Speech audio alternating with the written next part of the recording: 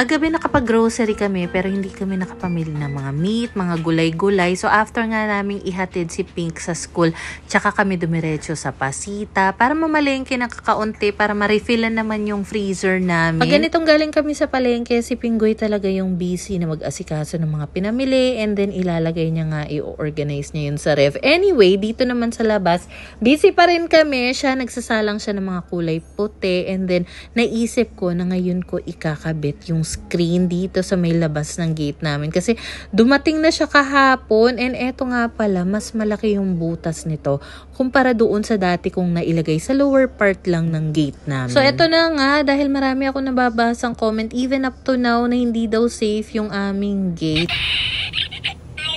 So, maliban sa CCTV, for added protection, security, for peace of mind na rin eto nga at magkakabit na nga ako ng screen pero dito ko siya sa labas ikakabit. And since medyo may kataasan nga itong gate namin, ayan at gumamit na ako ng pang malakasang ladder ko. Galing yan sa Black App. So, etong screen na to talagang binili ko na siya kasi feeling ko kailangan na kailangan namin. So, anyway, yung size nga pala nito napili ko, i-flash ko na lang sa screen. Then, yung pinagbilhan ko nito, meron siya sa Orange App. Meron din sa Black App. Yung nagastos ko sa isang mahabang rolyo na to, nasa around 180 pesos. Pero maraming sizes na available. Color black yung pinili ko. Kasi dalawa yung choices, either white or black. Feeling ko mas bagay dito yung black. Tapos nakikita ko sa mga reviews, yung iba kasi ginagamit to sa balcony, sa terrace nila, para hindi daw malaglag yung mga alaga nilang pusa or pet sa loob ng bahay. So, ayan na nga yung finish look niya. Ang pinangkabit ko nga lang pala dito ay cable tie na kulay itim din. Meron pa talagang natirang kakaunti tapos ginupit ko lang din kasi itong gilid para maging swak lang siya tapos gumupit lang ako ng butas dito para kasya naman yung kamay namin dito sa may bukasan. Then nagupit pa ako dito sa may bandang pindutan ng doorbell namin para sa mga delivery rider para hindi na sila magsisigaw-sigaw kasi minsan lalo na kapag naka-on yung aircon hindi talaga na marinig yung na may tao sa labas. So sinadya ko talaga na sa labas siya ilagay para hindi nga maakyatan yung design ng gate na meron kami. And grabe, no? Parang tayo na talaga yung nag-a-adjust para sa mga masasamang loob, may masasamang balak na tao. Pero wala namang mamahalin dito sa aming bahay. Wala naman sila mapapala dito. At saka every time talaga na nagdadasal ako, ini-include ko talaga sa prayers ko yung protection para kahit ano pang mangyari, alam natin may peace of mind tayo na protected tayo ni Lord. Alam mo, mukha lang mabilis pero I think inabot ako ng 1 oras dyan sa labas. Tapos pagkapasok ko nga, eto nga pala yung pinagkaabala ni Pinggoy. Nakapagluto na siya ng lunch. Buttered shrimp ang ulam namin. Tapos luto na rin yung rice. Grabe, parang yung pagod ko kanina nung nakita ko to, parang nawala agad. Ang pinaka-regret ko lang is sobrang G ako kanina magsimula agad. Hindi ako nakapag-apply ng sunscreen sa muka, sa braso ko. Tutok na tutok yung araw sa akin. Good luck na lang talaga. Ako na nag-asikasong magsampay nitong mga sinalang ni Pinggoy, ng mga puti. Kakaunti na lang talaga yung natitira namin labahin. Pero hindi mo na namin siya tatapusin today dahil may lakad nga kami. And para mas mabilis mapatuyo, pinaandar ko lang din yung clip fan namin dito sa labas. Anyway, mababa lang naman yung konsumo ng kuryente ng mga clip fan na yan. Then, tsaka kami nag-lunch. Grabe, ang dami rin nakain ng mga bata. Nagustuhan talaga nila yung buttered shrimp na niluto ni Pinggoy. Then, naligo na nga kami para makaalis na rin kami. Dahil pupunta kami sa mall, bibilhan namin si Pink ng rubber shoes para meron siyang magamit na maayos na shoes pang PE. Kasi, yung luma niya, masikip na. Meron siyang isang extra, napakalaki naman sa kanya. So, hindi siya magiging komportable kung meron silang mga activities na gagawin sa school, pang PE, lalo na kung malaki or masikip yung suot niyang rubber shoes. At saka, remember last time, nabanggit ko na meron tayong isang viewer, si Miss V, nag-sponsor siya ng pang-uniform kay Pinky. Meron siyang pinadalang Gcash worth 2,000 pesos. Napamili lang namin sa uniform, sando, pajama, or other stuff ni Pinky.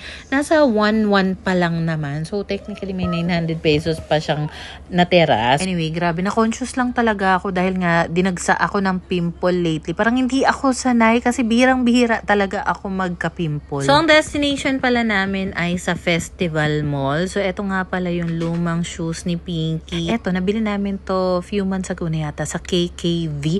Masarap to. Ang minty niya sa bibig. Try nyo yung ganong candy guys. Tapos first time ko nga pala magagamit sa labas. Itong shoes na strap. This strap from Corolla.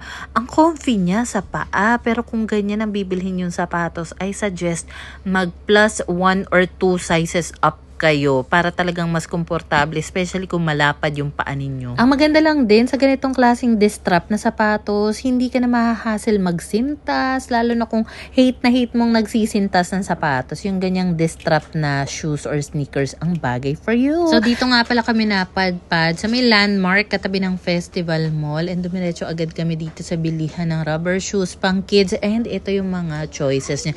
Hindi ganun karami pero pwede na. Ang hanap lang talaga namin dito is something na magugustuhan ni Pinky, magaan, and hopefully matibay. So, eto nga pala yung nagustuhan ni Pinky dahil paborito niya ang kulay ay purple. So, eto naman, gusto ko talaga ng ganitong klaseng shoes para kay Pink at Kowa. Hindi naman ganitong brand talaga, yung design lang. Kasi parang ang cute niya, lalo na sa paa or legs ng mga bagets, diba? Pero hanap ako ng murang version ng ganyan. Once again, thank you so much Miss V sa pag-share ng blessings sa aking anak. Thank you very much. Hindi naman kailangan pero I really appreciate na gusto nyo mag-share kay Pinky or sa anak ko. Anyway, si Kowa, hindi namin siya binilhan dahil nung birthday lang niya last year, nung September, kakabili lang namin ng rubber shoes. At saka, hindi rin siya yung nagsasabi na, Mommy, I want rubber shoes to. Hindi naman siya nag-request ng ganun.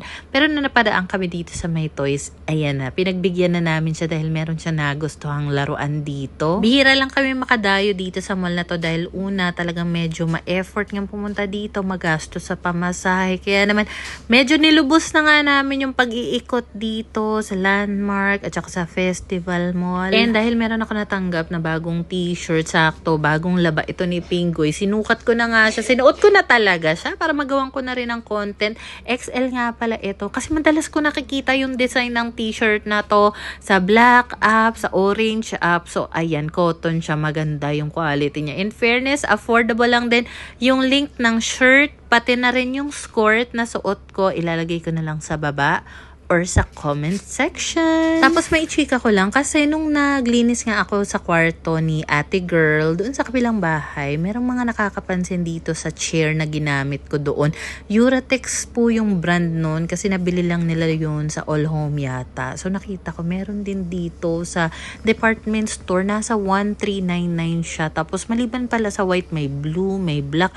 Uratex yung ganong chair kaya kahit ilang taon na sa kanila yon, matibay, wala pa ring issue. Ang ganda. Then, bago kami umuwi, nagmerienda lang din kami dito sa Sbarro or Sbarro. Ano bang tamang pronunciation nito? Pero ang paborito ko kasi dito, baked ziti na may white sauce or Alfredo sauce. Tapos, extra garlic bread. Kasi walang malapit sa amin ng ganito. So, minsan kapag nagkikrave ako ng ganito, hindi talaga uubra dahil kailangan mo talagang dumayo either sa Alabang o kaya sa Makati para lang makakain ng ganyan. So, ayun lang muna for today's video.